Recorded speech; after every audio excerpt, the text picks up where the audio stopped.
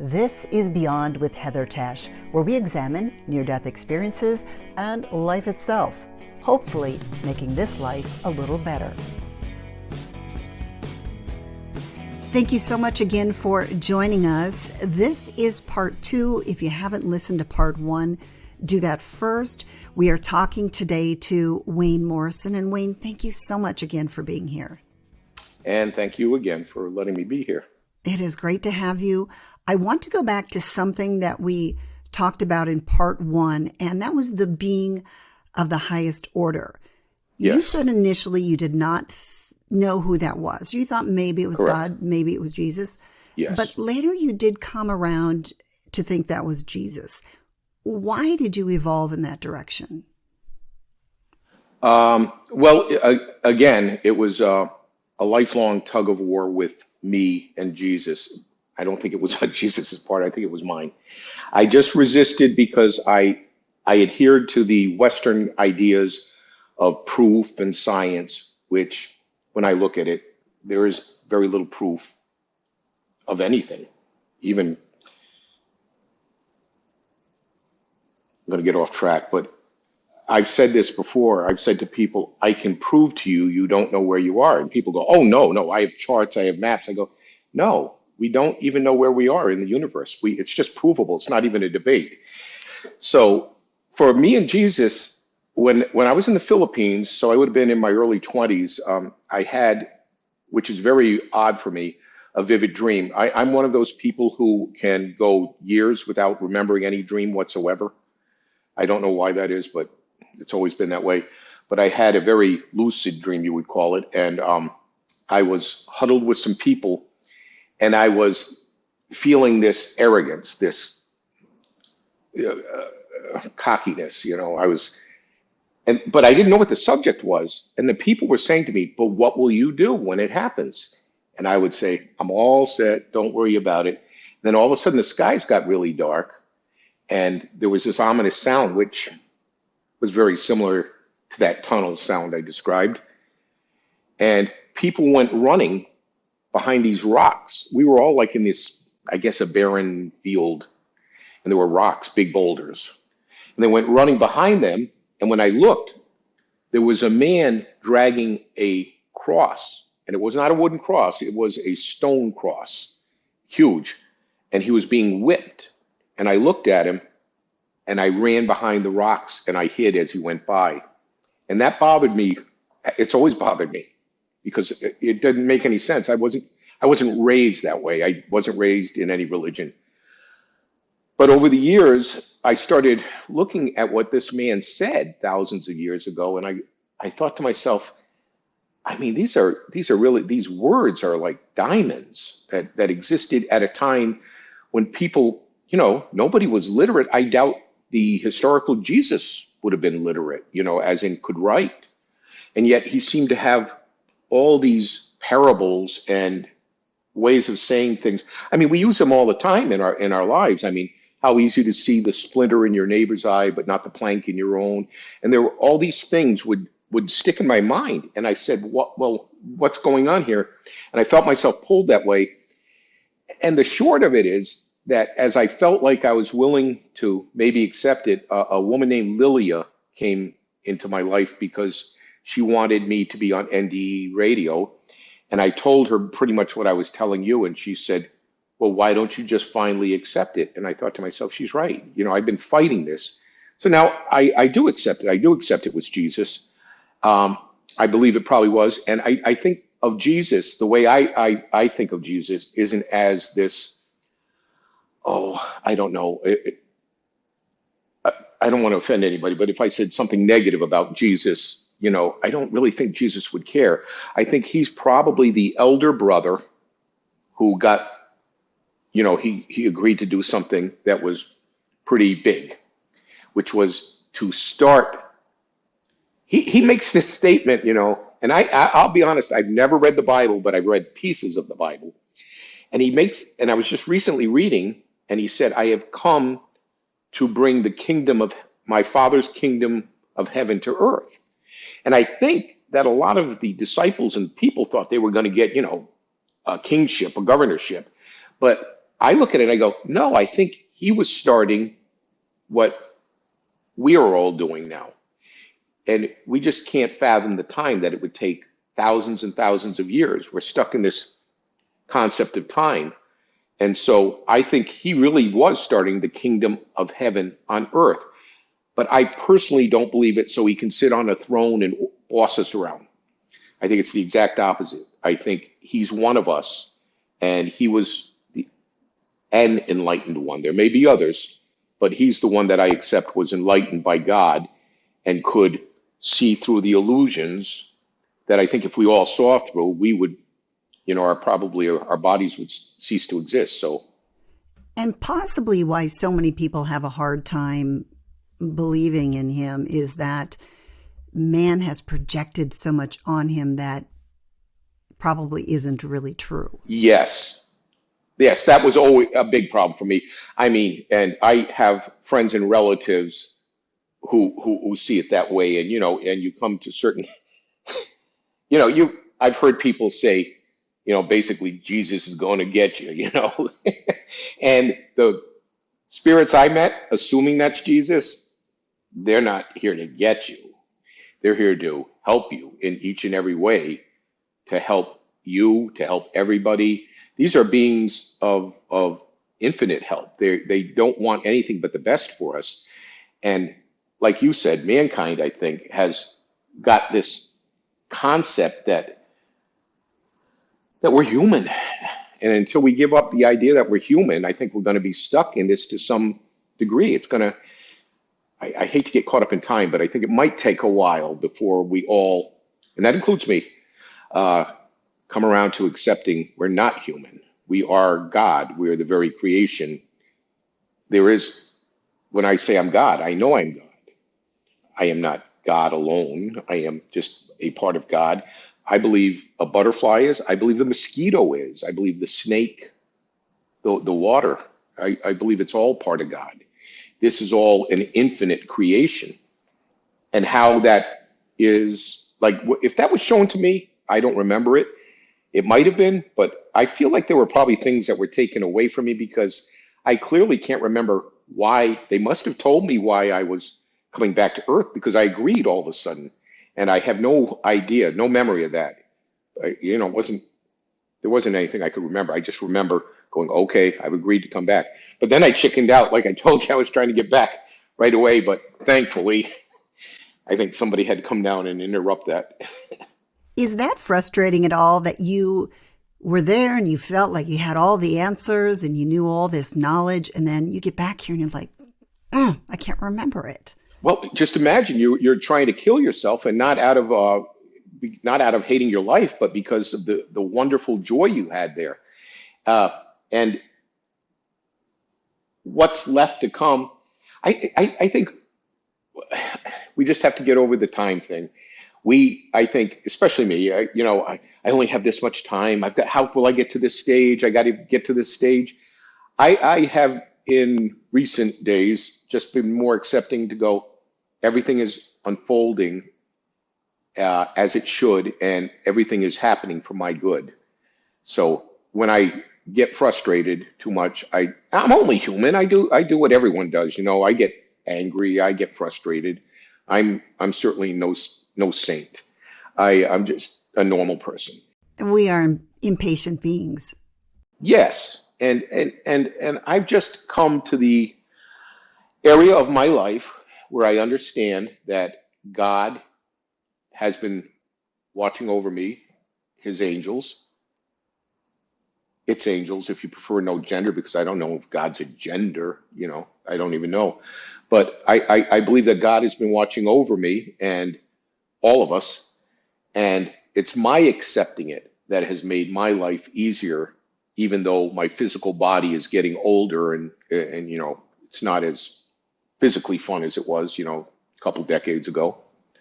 But and the realities of our health, my wife has, one or two small health issues, and you start saying to yourself, well, how does this impact another 5 years, another 10 years? And the truth is, we're all going to depart.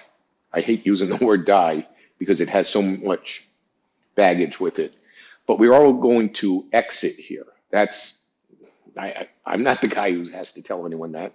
We all know that. We're all leaving here. The question is, where are we going? And I can't answer that with certainty, but I do know that wherever it is, I want to give myself, it's a bit selfish actually, the best chance to advance my spirit and soul. And I think the best way I could do that is to be truly helpful, not just to put out these videos. That's fantastic that I can have a chance to deliver the message that was given to me. But day to day, the people you see in the workplace, I see so many unhappy people now. And where I was once young and oblivious to it, it hurts me now. I can feel their pain, oddly. And we can all do small things every single day to help. Every day. And I'm not the first one to say this, but when you look at somebody, you never know what they're going through. No, You so never true. know. You just don't know. Very true. You were surrounded at one point by hundreds or thousands of beings. Yeah. Did you feel like you knew them? Yes. I wouldn't say that I could recount how I knew them, but yeah, everybody felt familiar to me. It felt like home is what it felt like. It felt like if you were on it's hard to put into earthly terms because it's a home that we don't remember, in my opinion. We don't really remember this home, but when you remember it, and I'm not the first one to say this, I've heard a lot of NDEers say this, you don't want to leave. And with few exceptions, and there have been exceptions, most people will do anything they can to stay there. But I do think that certain people, I think that Edie was one, were shown, well, you have these choices, which is a great thing. This is such an incredible thing to know that while the script may be partially written out, it's not fully written out. You get free will, and this makes you an honored soul that is co-creating with God. This is, and we don't even recognize it. Like I should wake up every morning and go, God gave me this opportunity to help create with him. And I don't, I just go through my day like I do, but it's opportunities like this or, moments where you can reflect and pray or meditate, which is what we do now. We have done it for a lot of years, actually. And the other thing I'll say, and I'm not selling this, it's just a thing we ended up doing, 20 something years ago, is we started reading a book called A Course in Miracles. I'm not sure if you heard of that before. I've heard of it. And that resonated with me. And somebody once said, well, the reason it resonates with you is because you're an intellectual. And I kind of rebuffed that because I don't know. I think false modesty or something. But in truth, it does resonate with me because it's intellectual.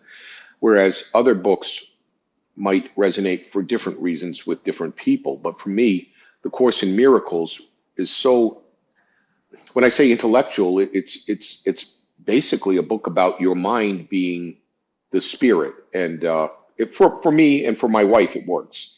And we've used it close to daily, for decades now. And it just helps ground us, I think, a bit. You did what so many others do, or I should say you say what so many other near-death experiencers say. You refer to it as home. Why is that? Because in the best home you've had here on earth, wherever that may have been, wherever that was, where it was, everything felt like you could get peace and solitude, it's a million times better. So for me, I'm thinking of when I lived in Rhode Island, and it was maybe October, November, and there was a fire going, and it may be Christmas time because we loved Christmas. We do love Christmas, but back then it was a big, big thing because the family was all around, and there's that glow. And that glow, I often thought of it as a physical glow, the glow of the fire, the glow of the lights, but there's a glow of the soul. And in And I understand people have very different lives, and many people have never had this. I'm blessed. I get this. Some people didn't have that. Some people grew up in mountains and horrific circumstances. I'm just talking about from my perspective. So that home that meant so much to me in this life, if I compare it to the home I felt in front of the presence of these beings, it just, there's no comparison. It's just infinitely better, the other one. Tell me more about the civilizations you saw. Were they Earth-like structures? Were they like people? Was it something totally different? To me, yes, I never saw anything that struck me as like, I don't know, alien, or anything like that. They looked like human beings to me. They looked like, some looked more modern. It almost looked to me like different versions of the Earth, like at different stages of the Earth, which was interesting because it wasn't presented that way to me. The question I had was, what about all these different areas of the universe? Is there life? And that's what I was shown. So I recently heard somebody, and I don't even know who, I can't remember who it was, but say something about they were given a choice of whether to go to Earth or all these other places. And that was fascinating to me because I don't recall getting that choice. Maybe I did, but I don't recall it. And I thought that was fascinating because there probably is a huge variety of existences you can choose to have. And a lot of these people talk about, and again, I had no distinct memory of this, but a lot of people talk about assigning the very problems they were going to have, losing a leg, losing a loved one. Mr. Olson, is that his name? Right, Jeff Olson. Yeah, presumably that was an agreement, and an agreement of, wow, what an agreement. I mean, right. Yeah. And Betty Eadie talks about a man on Wall Street, I think, who's an attorney, and his soul, very close soul, spirit friend in the real existence. He agreed to come down and be a bum, a drunken bum laying there, and this guy would have to step over him every day to teach him, to advance his spirit. And so I guess that's probably why we're here. We're in school, we're in school. And as far as school goes, I'd like to think it was advanced, but I'm thinking it's kindergarten, Yeah, a lot of us have a long way to go. Yeah. You mentioned connection, connection to everything. Do you think that includes our thoughts? Definitely. Yeah, absolutely. Because our thoughts are not separate there. And there's nothing to hide. It's not like you have to hide that you did something bad. There's nothing there that's being judged. You're 100%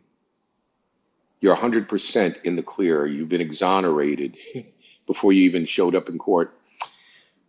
There's all this guilt, this sin that we've attributed to ourselves. It's not there. So we have a ton of it here. We create these guilt patterns and things and regrets that we have, but they just don't exist there. It's just a purity of, and again, if you said to somebody there, well, I wonder why you think that, you wouldn't get that. That wouldn't even get to there because you would then be catapulted into that person's reality. And who knows what those beings have been through. We don't know. I don't know. We don't even know what we've been through. Heather and Wayne, we don't really even have any concept of that. It's hard enough understanding what your family has been through, You're very family members, and I sometimes look at it and I go, oh, I see. I see that I didn't see, You also saw the history of the world. Yeah. Why do you think you saw that? That's a good question. I wonder I'm just wondering if part of it is because I was so, I wanted to know things. I was I was a searcher. When I look back on it, both intellectually and the word I would use now is spiritually. I wouldn't have used it then because I didn't even think in terms like that. But when I look back on it, I can see that from the beginning, I was searching, always searching for God and for information on the earthly plane and on the God plane, which isn't, well, it is here, but it's here in a different way.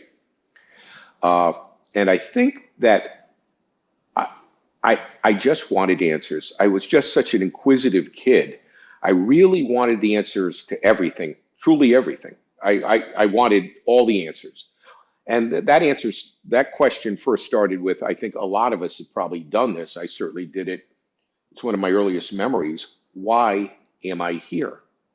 It was like one of my earliest memories. Like, so I look back on it and I say, well, this kid, meaning me, might have been waking up and just looking around, literally when you're coming out of a womb, and going, what is this? What's this going to be about? And I've seen, I have a granddaughter who, when she was very young, could just barely speak, talked about, do you remember, Mom? She talked to her mother, the school teacher who was the one who lost her husband, and this daughter and her brother, they're grown now. They're in their 20s.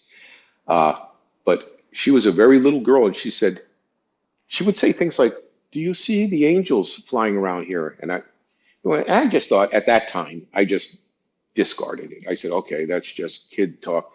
And then she would have these conversations saying, "Mom, remember when I chose you to be my mother and I chose Dad to be my dad?" And my daughter would look at her and say, "What are you talking about?" She said, "Remember when we made that decision?" She might not use the word decision, but she was a young girl, but although she's a very bright girl. Uh, but she would say those things. And I look at it now and I go, okay, I get it. People see things that I don't necessarily see, and I see things that other people don't necessarily see. So I get this now. I get that part of it. I just need to do the best I can do and go along with the plan I need to be open to what is around me, because if I close myself off, which is, I think, a tendency of a human being, especially a guy like myself. I grew up in a sort of a rough and tumble atmosphere. My mother was married multiple times, and I lived in the projects, and it wasn't like I didn't come out of real hard circumstances, but I had my share of what we would call, I guess today, dysfunctionality. There was plenty of that to go around. And if I just allow myself to be open to the vast nature of God and consciousness, and accept that everything is working for me, then I can kind of understand why my youngest daughter, this is not the one I mentioned to you, became extremely agoraphobic, so bad that she couldn't walk out of her house for a year, could not leave the house. And when I look at these things now, I go, was that a lesson for her? Or was that for me? For both of us? Because I was the guy who would say, get up, get out, knock it off. And, the tough guy thing, that'll get you through anything, right? You needed maybe more understanding and more empathy. More compassion. You and so many others are shown things. You were shown all this history, but you're not allowed to take it back. Why show you if you can't bring it back? I don't know the answer to that. I don't. It just would be so much easier if we could come back and go, okay, I have the charts here. Look, if we just do this, we'll be over in heaven. It's not going to be that way. That's all I know. That's not how it worked out for me.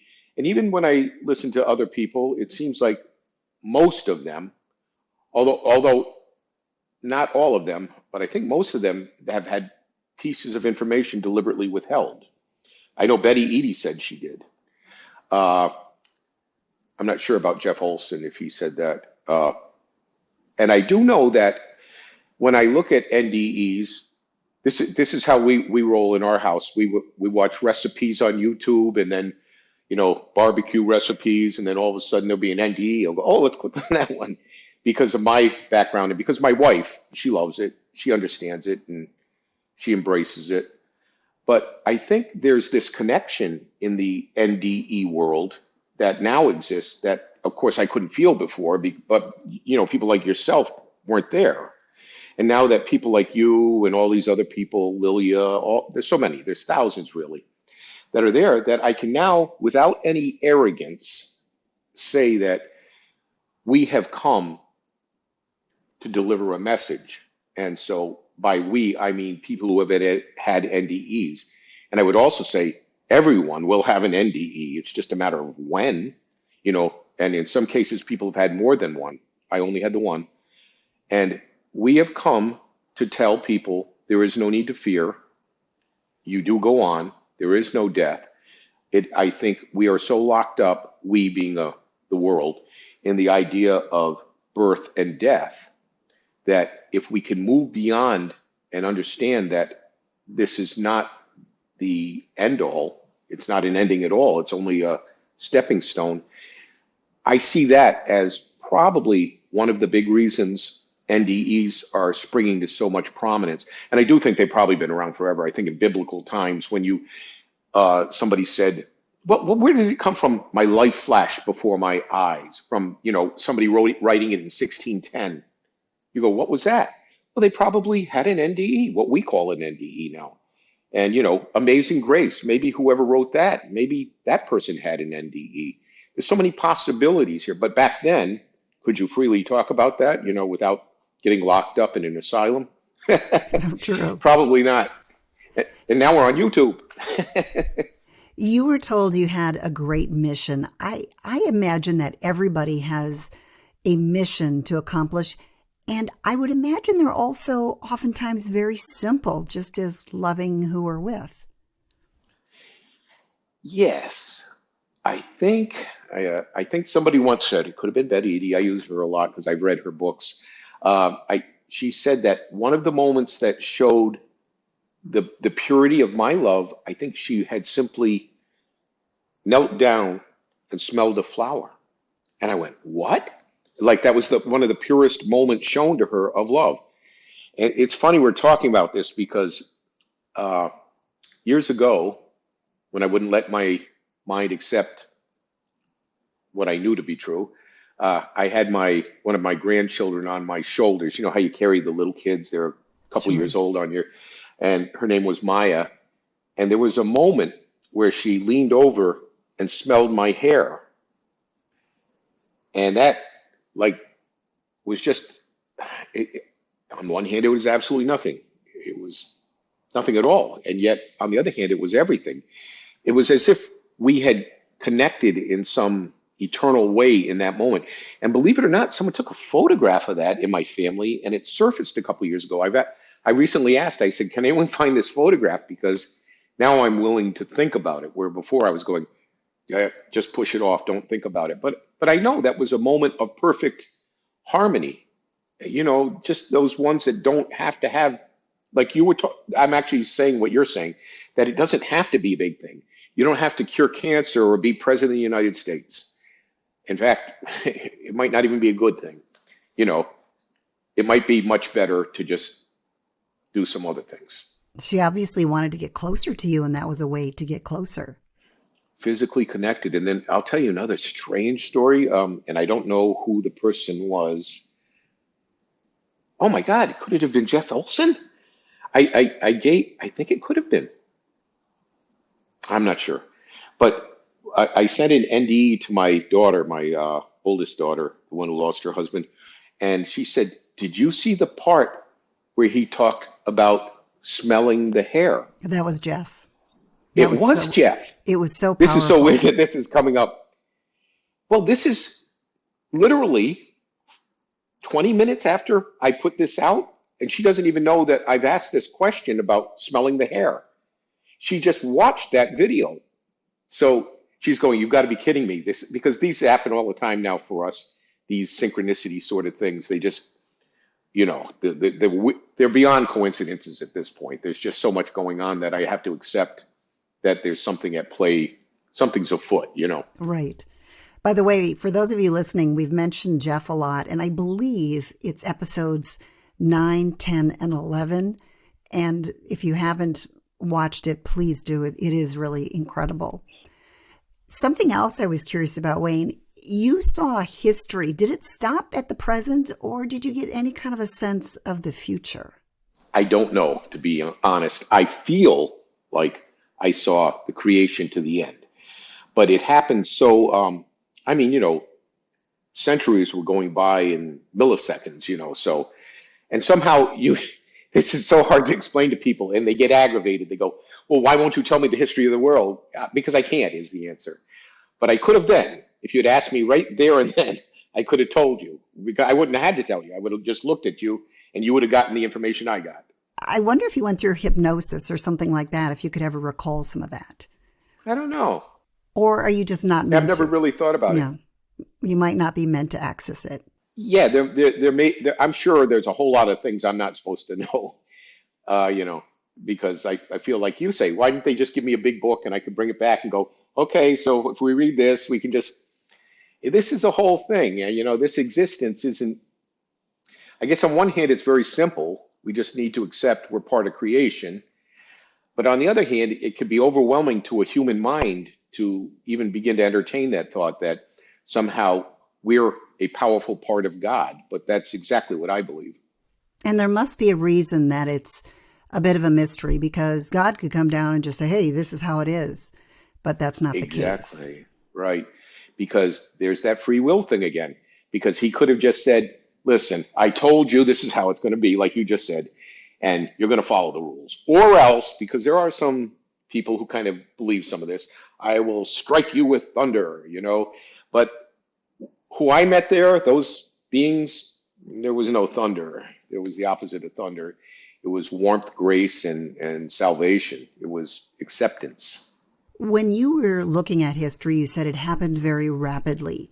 Mm-hmm. Did everything that happened to you happen in a row, or did it happen all at once? And what was your sense of time? It happened slightly in a row, but pretty much all at once. I mean, it sounds like an oxymoron, but there was some sort of continuance, but it happened so quickly, and the absorption rate of perfect knowledge and understanding was instantaneous. Now, why can't I? I know people want me to give it to them. I would. If I had it, I would definitely give it to them. But I guarantee you it was given to me there. I understood it then and there. And somehow I must have understood the reason I was supposed to go back, because, you know, I didn't want to go back. I just had figured it out at an earthly early age, 17, accidentally, for whatever reasons, where I was supposed to be. And I still believe that. There's no doubt in my mind that at least I have to check in there. We'll see what happens after that. I'm not quite sure, you know. I don't know where we quite go from there, and I don't pretend I do. I don't really understand the entire picture. There's no way I could. You were very young when this happened, but do you have a sense of who you were before and how this changed you? You know, that's a great question, because in some ways I became very confident, and some of that confidence probably wasn't great, because I don't want to call myself arrogant, but you know, there's that phrase, the ignorant arrogance of youth. And I had a lot of that. Up to then, I'd been very, very insecure. I remember people telling me, you've got to look at me when you talk to me. I wouldn't even look at them. I would look away. And all of that seemed to go away. I became a very confident person, and I achieved what I would say was a lot for the expectation level. I mean, I was the first one to go to college. I was, in my family, I was the first one to have what would be called a career, those kind of things. So on an earthly plane, I felt I achieved a lot. And, you know, I became a musician, and that fed something that was very important in my spirit. But yes, it's been a slow progress, or a slow turning, because looking back now, I can see that I was very insecure. Then I became maybe a little too secure, you know. I traveled around the world. You know, I was in the Philippines. We almost got killed there. I was in the military. You know, there were various things that we escaped. I can only think through intervention of God, you know, because there were so many things that should have killed us, my wife and I. And then I ended up in this stage, which I find to be the most fascinating, which is sort of letting go of that egoic person I was. I haven't let go of him completely. He's still there. But I certainly can tell when somebody says something rotten to me, and I think to myself, God bless them. That's not something I was remotely capable of before. But I don't see people attacking me. I think I did. I know I did. I saw everyone attacking me, and I was going to fight back. And And all of that receded over time. And was it because of that? It has to be in part because of that. Because if I didn't believe in a God, as I had someone say to me one time, well, I'm going to hedge my bets. These aren't his words, but he said, I'm making a bet that there is a Jesus and a God. And that way, I'll lead a good life. I go, no, you're hedging your bets.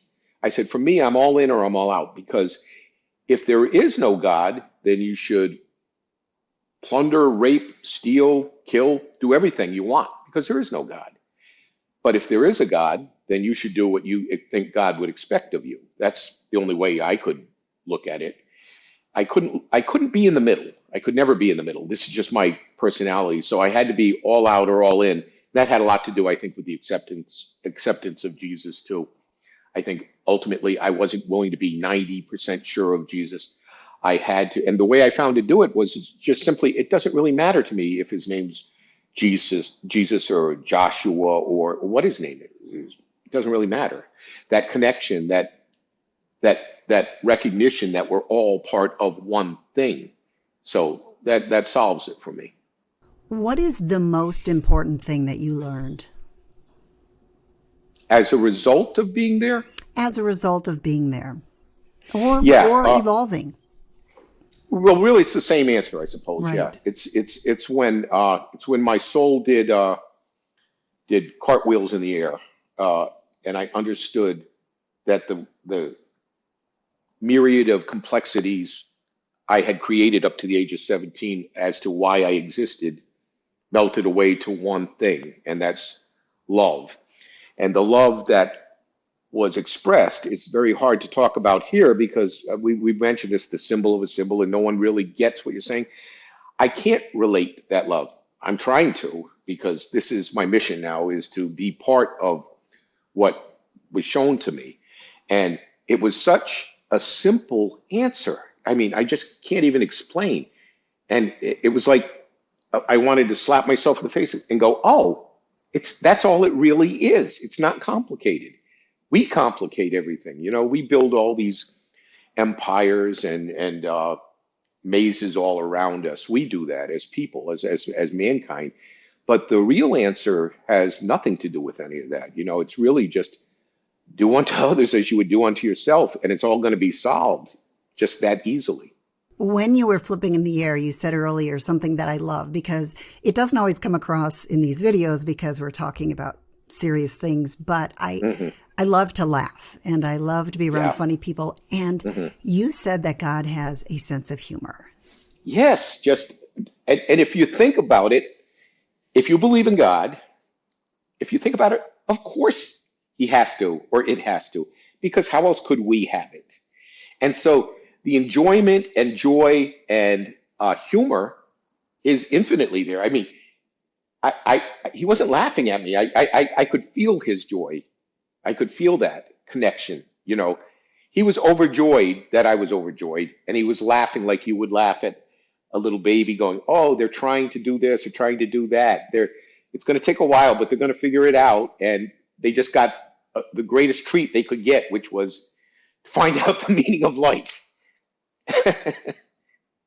What is our biggest misconception as a society? That we are human, that we live and die. And because of that, we think we have to take from others in order to gain for ourselves. Because it's true, if we live and die and there's nothing else, then we really should build fortresses and castles and keep everyone out and keep all of the goods to ourselves. But the fact is, if you don't live and die, and if you find out, if you can awaken to the fact that what you do for everyone else, you do infinitely for yourself, you will be rewarded over and over again. And again, I would just like to point out, I'm just beginning to understand this. This isn't something I'm deeply entrenched in.